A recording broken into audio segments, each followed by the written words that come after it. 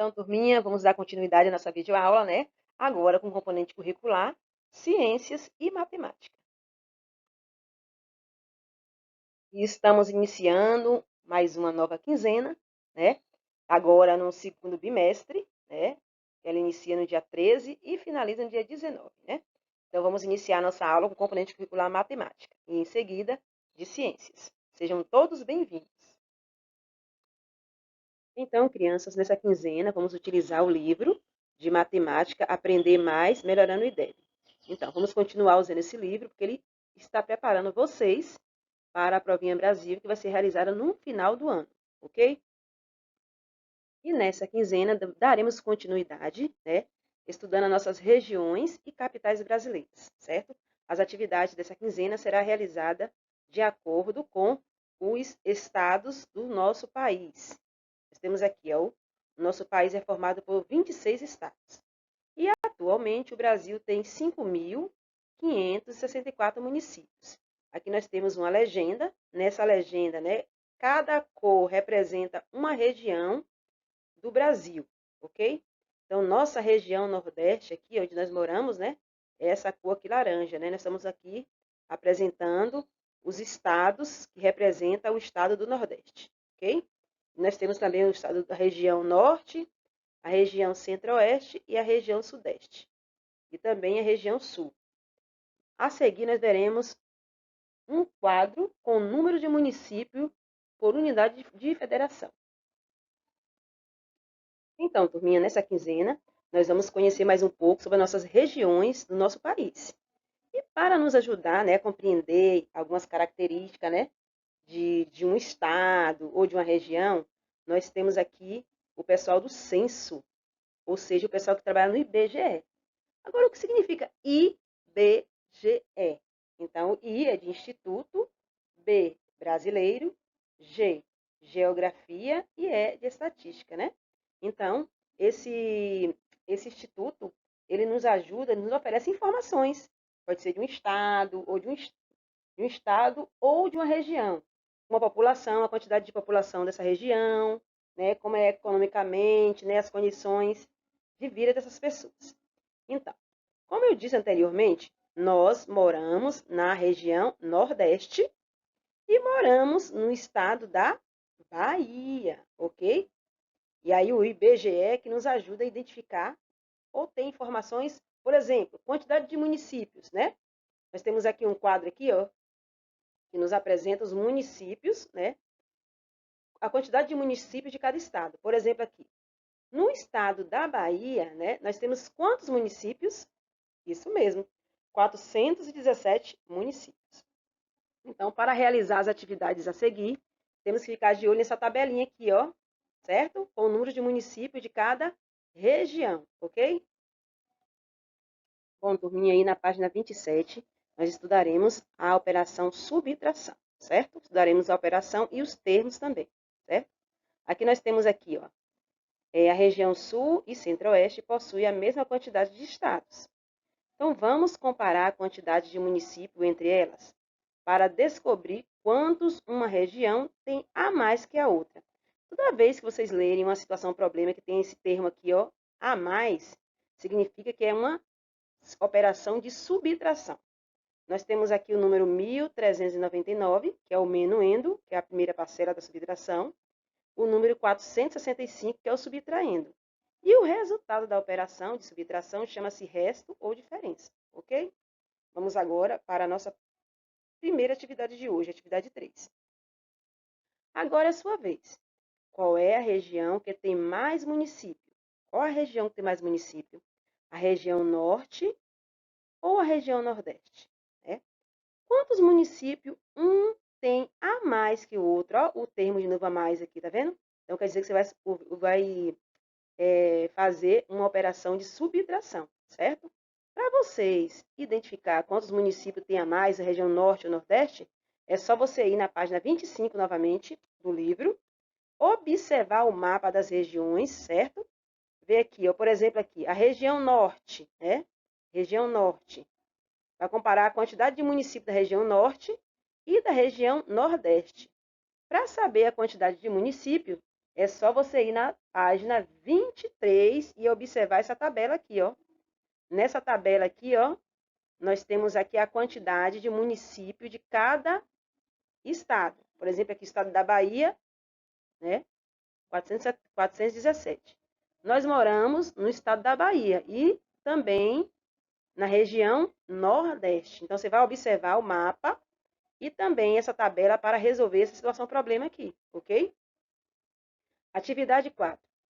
Com exceção do Distrito Federal, dois dos estados, né, que possuem o menor número de municípios são Roraima e Acre, né, com 15 e 22 municípios, respectivamente. Vamos conhecê-los um pouco mais. Nós temos aqui, ó, a bandeira de Roraima, né? Então, aqui a capital é Boa Vista. População estimada em 2014, né? De acordo com o IBGE, né? Tem 496.936 habitantes, né? População lá. E a população em 2010 tinha 450.470 habitantes, 79 habitantes. Eu quero que vocês aqui observem aqui essa tabela, né, de Roraima e Acre. Observe aqui, ó, a população estimada em cada ano, tá vendo aqui? Em 2014 e em 2010 para resolver a próxima atividade da página 28. Bom, página 28. Letra A. Escreva por extenso. Alguém sabe o que escrever por extenso, gente? Isso mesmo, escrever o nome do número.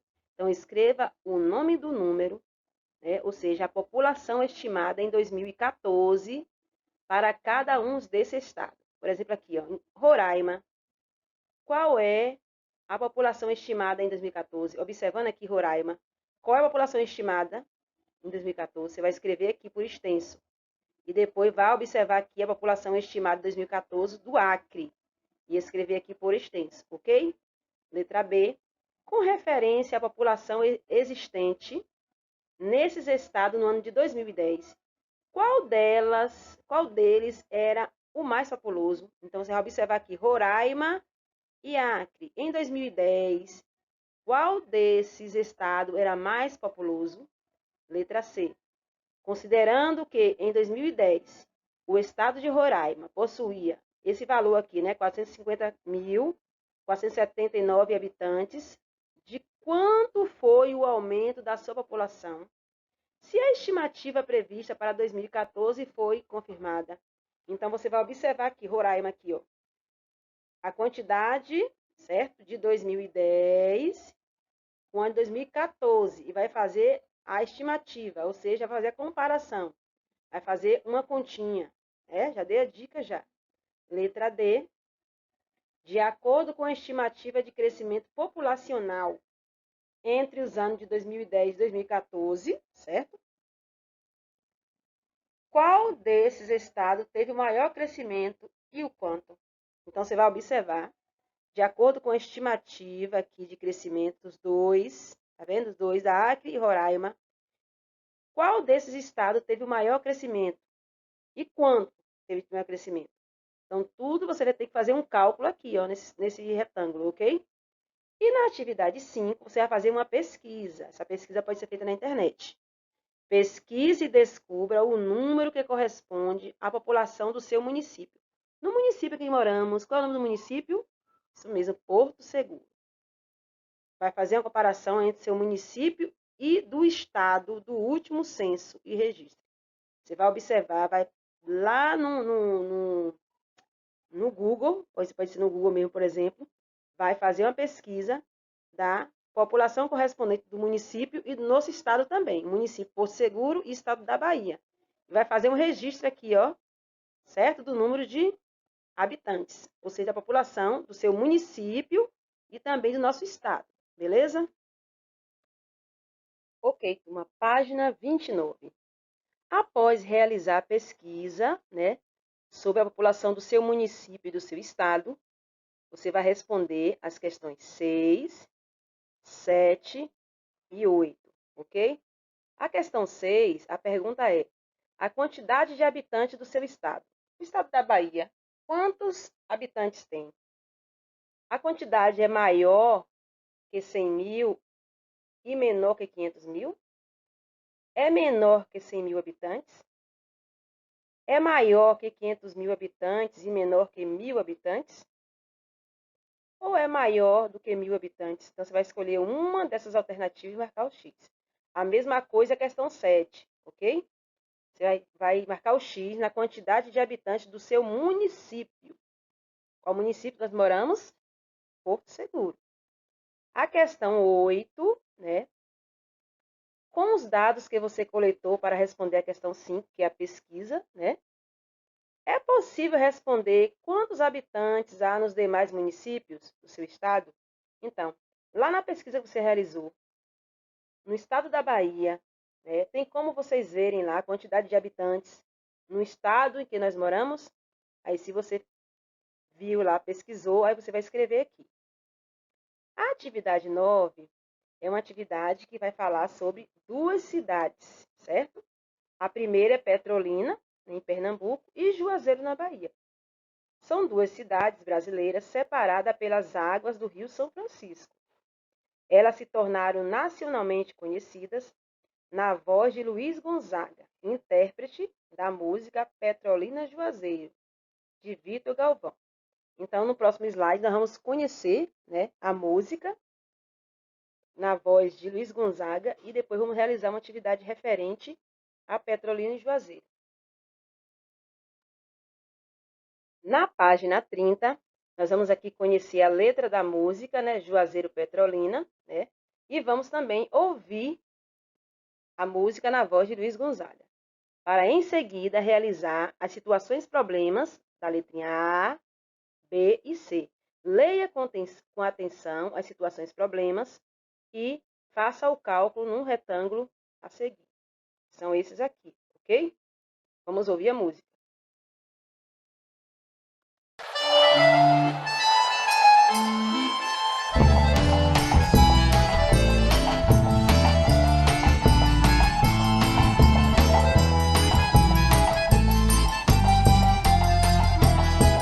Na margem do São Francisco nasceu a beleza e a natureza ela conservou.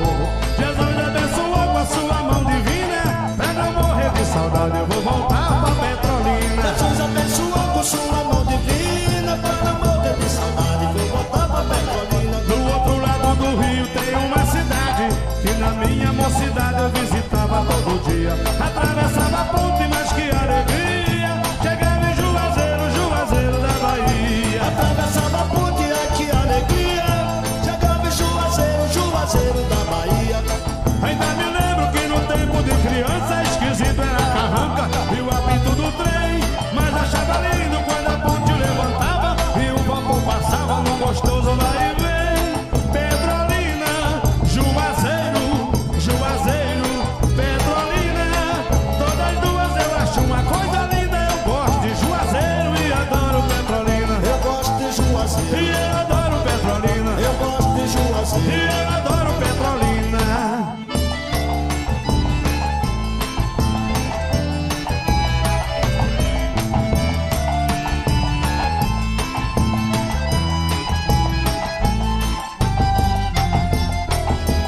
Na margem do São Francisco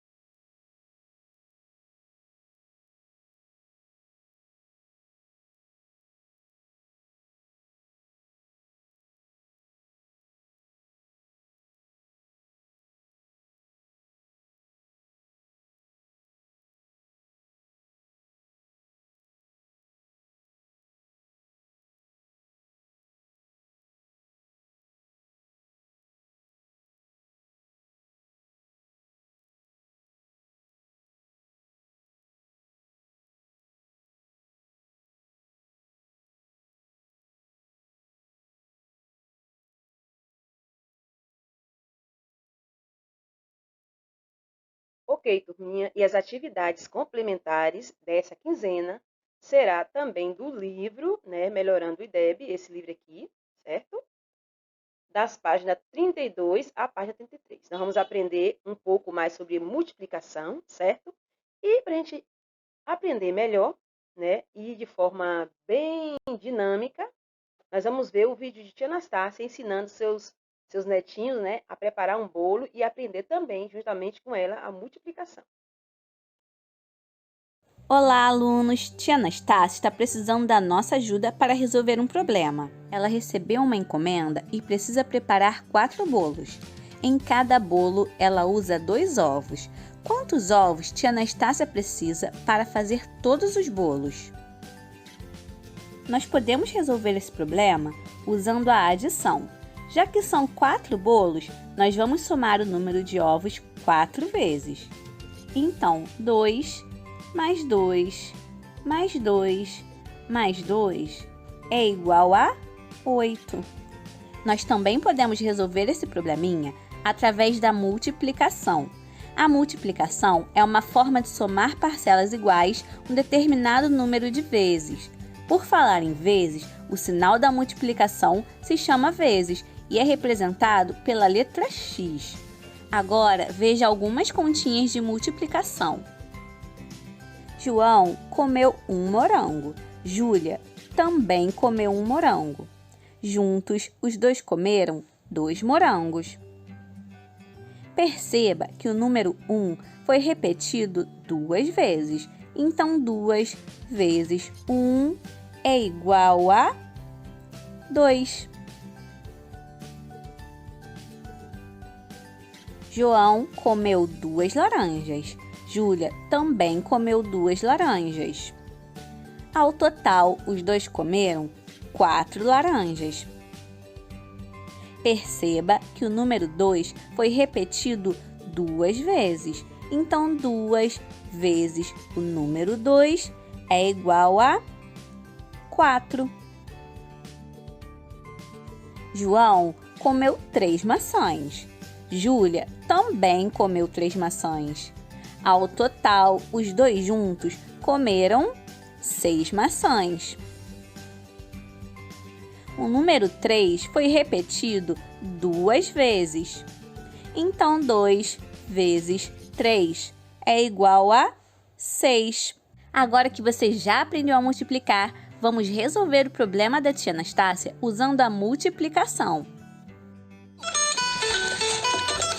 O número 2 repetido 4 vezes, ou seja, 2 vezes 4 ou 4 vezes 2 é igual a 8. Na multiplicação, a ordem dos números não altera o resultado. Perceba que nós podemos resolver um problema utilizando operações diferentes. Agora, Dona Anastácia já pode preparar as encomendas. Nham, nham, nham. Olha ele aí, prontinho. Ficou bonito, hein? Agora é só esperar esfriar. Se você gostou do vídeo, deixe o seu like. Beijos e até a próxima aula! Turma, antes de vocês realizar a atividade da página 32, eu quero que vocês leiam o texto aqui, ó, matemática na mão, certo? Multiplicando com as mãos. Leia esse texto aqui, explicando como você fazer a multiplicar usando os dedos das mãos, ok? Para em seguida realizar a atividade 1 e 2, da página 32, ok? Esse texto aqui está na página 31, beleza? Então, aqui na atividade 1, eu quero que vocês façam esse cálculo aqui, utilizando a mesma estratégia da página 31, ok?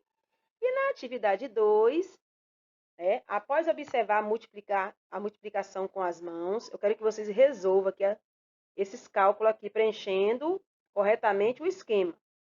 Aqui, 4 vezes 1 é igual a quanto? A 4, não é isso? 7 vezes 1 é igual a quanto? Vou colocar o resultado aqui dentro. 8 vezes 1 é igual a quanto? Coloco o resultado aqui nos quadrinhos em branco, tá bom? Aí nós temos a tabuada de multiplicar por 1, 2, 3, 4 e 5. E na página 33, nós vamos continuar explorando um pouco mais a multiplicação. Na atividade 3, eu quero que vocês resolvam esses cálculos aqui, ó, mas mentalmente, um cálculo mental, ou seja, vocês não vão usar os dedinhos das mãos, ok?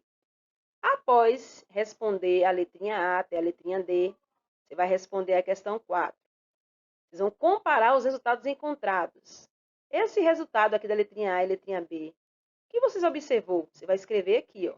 Depois, observando o resultado da letrinha C e da letrinha D, o que você observou? Você vai escrever também nessas 3 linhas aqui. A atividade 5 são situações problemas, envolvendo multiplicação também. Letra A. Se em uma caixa há 12 canetas, então 3 caixas terão quantas canetas? Então, eu quero que vocês façam o cálculo aqui nesse retângulo aqui. Faça o cálculo e não apague, tá ok? Que eu quero ver como vocês chegaram a esse resultado. Então, responda a letrinha A até a letrinha D, fazendo o cálculo aqui dentro, beleza? E a nossa atividade do sábado letivo, que será no dia 18 de setembro, é um joguinho muito legal, chamado Tabuada do Dino, ok? Então, na Tabuada do Dino, vocês podem escolher os níveis. Tem os 2 níveis, né?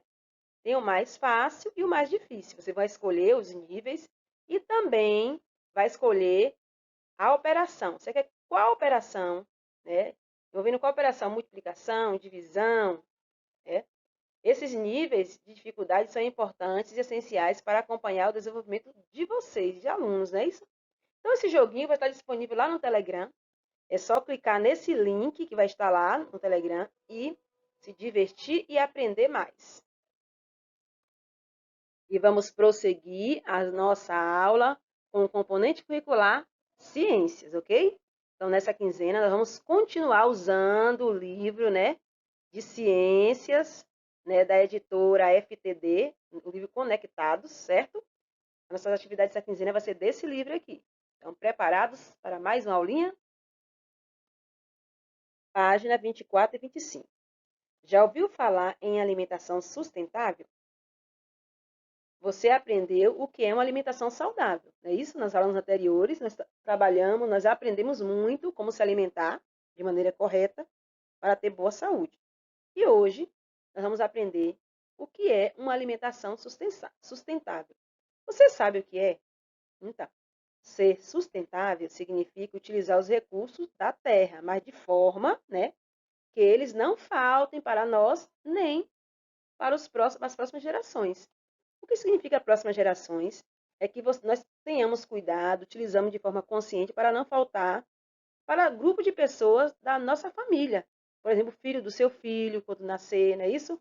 Então, para que essas pessoas que vai nascer ainda possam usufruir das coisas boas, né, que o meio ambiente nos dá, nós temos que utilizar de forma consciente. Nós temos aqui, ó, um infográfico, né, mostrando como os alimentos também são recursos naturais. Então, confira algumas ideias para uma alimentação sustentável, né? Nós temos aqui a primeira ideia aqui, ó. Compre na safra, né? Cada tipo de fruto tem a sua época certa de nascer. Então, se você comprar na safra, você está contribuindo para ter alimentos sem agrotóxico, né? Porque muitos agricultores põem o agrotóxico para nascer antes da época. E o agrotóxico faz mal à nossa saúde. Então, aqui, ó, conheça a origem dos alimentos. E nós temos aqui, ó, uma outra ideia, certo? Prefira alimentos naturais, não desperdice e pesquise receitas diferentes. Aqui, ó, nós podemos reutilizar algumas partes de algumas verduras, né? Que às vezes a gente joga fora e é aí que está a vitamina, né? Então, nós temos aqui, ó, 5 ideias de como ter uma alimentação sustentável, certo? Essas atividades aqui, atividade 2, seria em grupo. Você vai fazer juntamente com sua família em casa, tá ok? Eu quero que vocês respondam aqui, ó, na matéria de ciências, certo? A letrinha A, B e C, certo? Responda, converse entre si e responda essas perguntas aqui, ó, da letrinha A, B e C. aqui na página 26 e página 27, nós temos aqui uma apresentação aqui, ó, de uma imagem do nosso novo assunto, a digestão e a respiração, certo? Observe a imagem aqui, certo? Agora vamos responder algumas perguntas referentes à imagem. O que você sabe sobre os pratos mostrados nas fotografias? Você conhece? Que prato é esse? Que prato típico é esse? Você já ficou com água na boca ao sentir cheiro, né, de um bom alimento ou uma boa comida? Então, nós estamos mostrando aqui uma comida típica da nossa região, né, na região Nordeste, que é o acarajé, certo?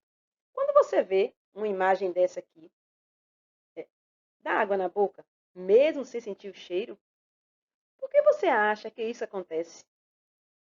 Por que isso acontece? Só ver a imagem, dá água na boca, né? Que órgãos estão envolvidos no processo da salivação? A palavra salivação vem da saliva, né?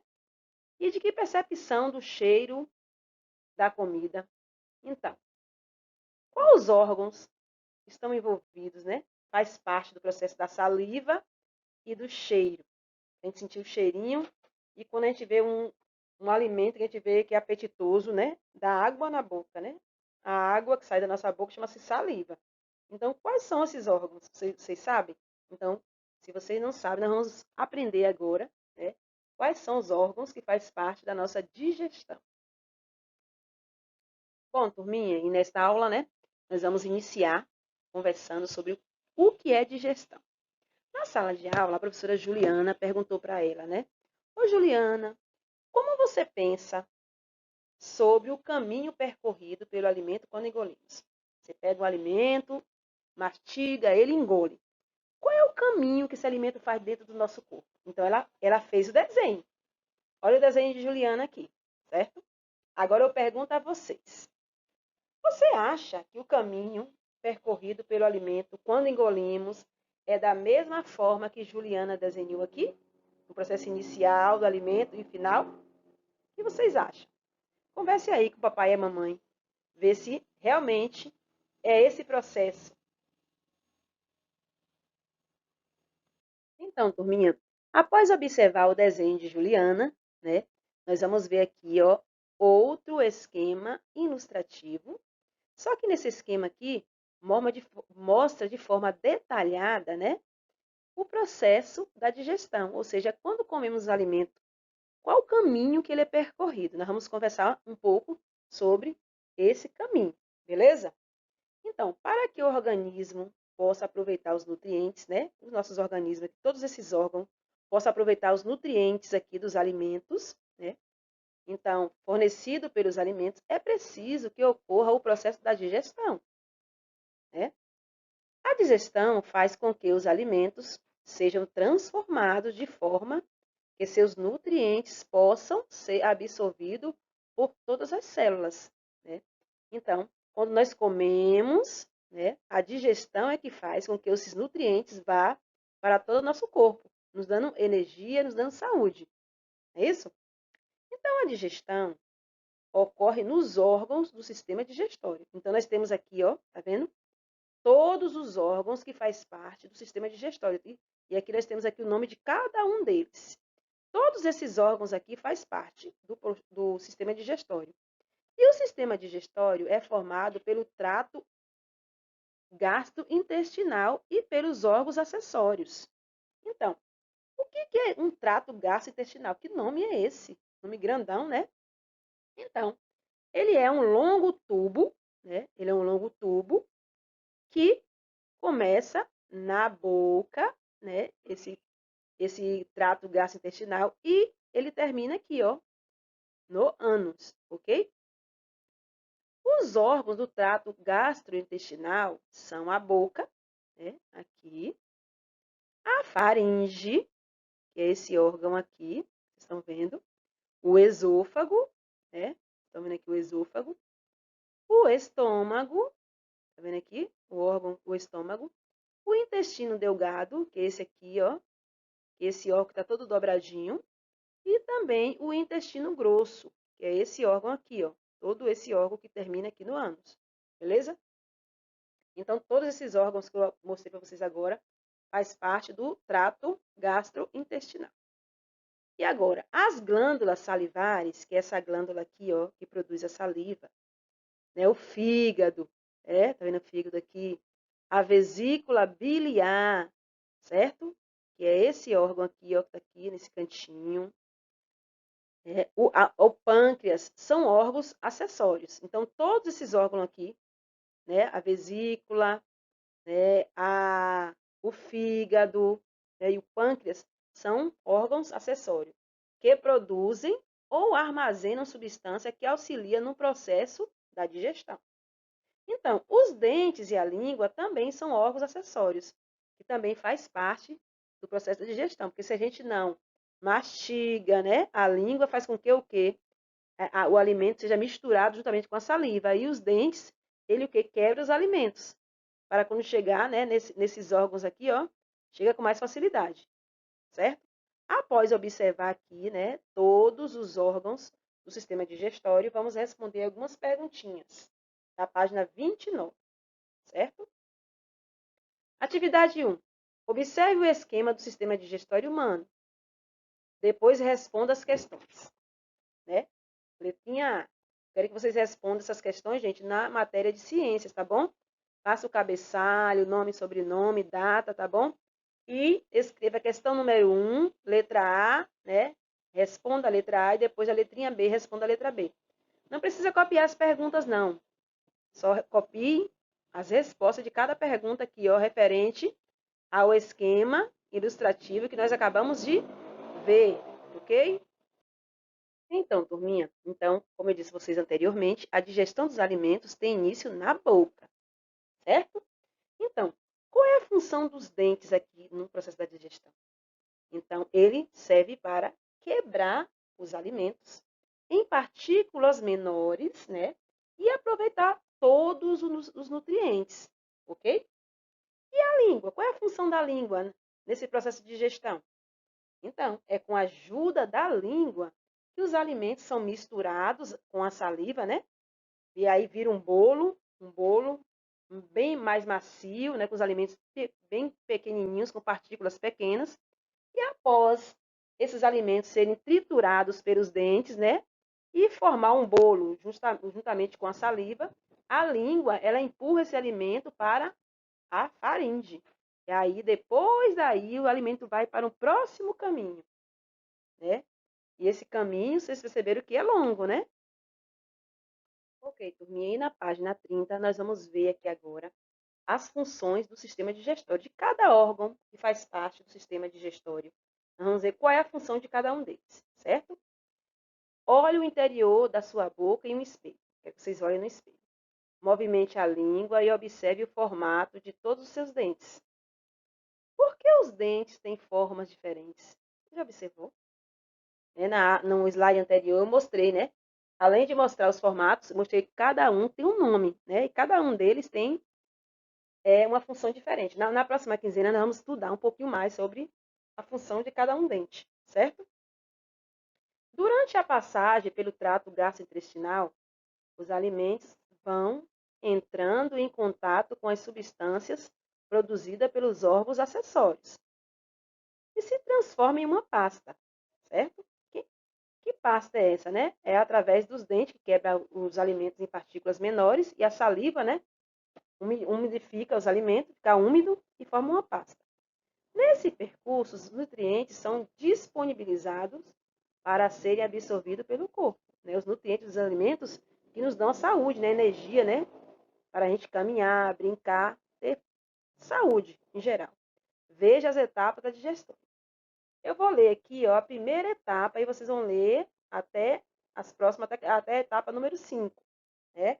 Como eu disse, a digestão ela inicia na boca, né? Então, quais são os órgãos, né? A boca, os dentes, a língua e a glândula salivares, né? Elas são responsáveis, né? Pelo processo de digestão. Então, os alimentos são ingeridos pela boca. E com a ajuda dos dentes, né, e da língua, os alimentos são triturados, né, e umedecidos com a saliva. líquido produzido pela glândula salivares, que inicia, né, a glândula salivar, que inicia o processo da digestão. Forma-se assim um bolo, né, como eu disse. Por que forma-se um bolo? Porque o alimento fica úmido e forma uma pasta, tipo um bolo, né? Que é engolido com a ajuda do movimento da língua. Viram aí a importância da boca, dos dentes, né? E da língua e das glândulas salivares nesse processo aqui inicial da digestão? Eu quero que vocês leiam o número 3, né? O número 2, 3, 4 e o 5. E veja aí qual a função de cada um deles, ok? Ok, turminha.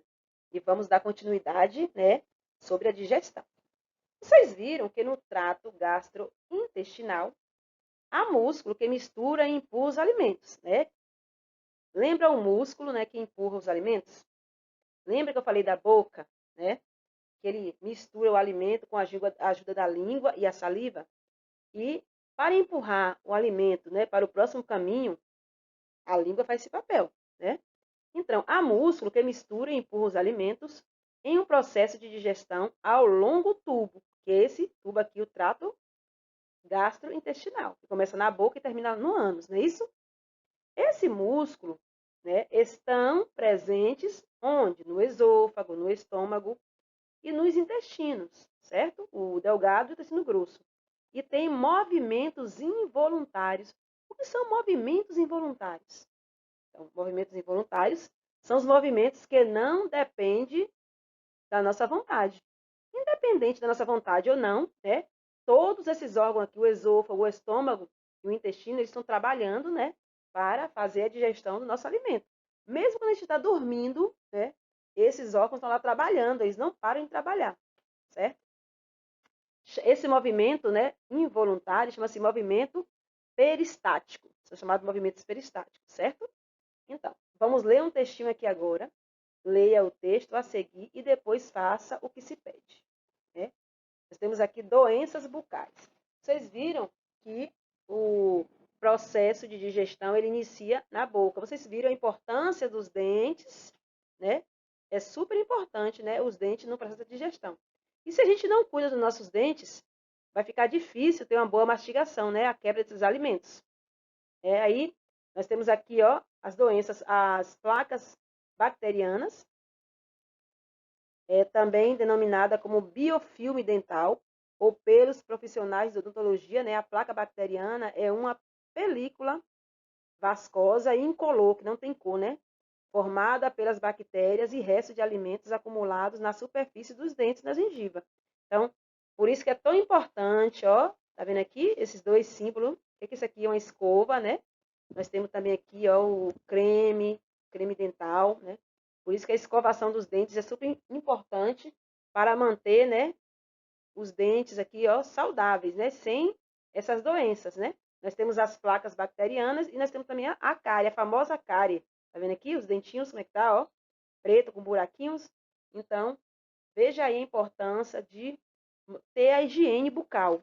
A higiene bucal é super importante para ter um bom processo digestivo, ok? Aqui nós temos aqui uma atividade que seria uma discussão, né? Além da consulta ao dentista regularmente, nós temos que ir ao dentista, né? Quais são as outras formas de prevenir o aparecimento de placas bacterianas e cáries? O que nós podemos fazer, além de ir ao dentista, né? Para manter, né, a nossa boca com saúde, né? Em boa forma. O que nós podemos fazer? Então, eu quero que vocês escrevam no caderninho de vocês, façam uma listinha. Quais são os cuidados para a prevenção dessas doenças aqui, ó, bucais? Então, galerinha, estamos finalizando mais uma videoaula. Espero que vocês tenham gostado. Fiquem com Deus. Um beijão da professora Ana Paula. Tchau, tchau.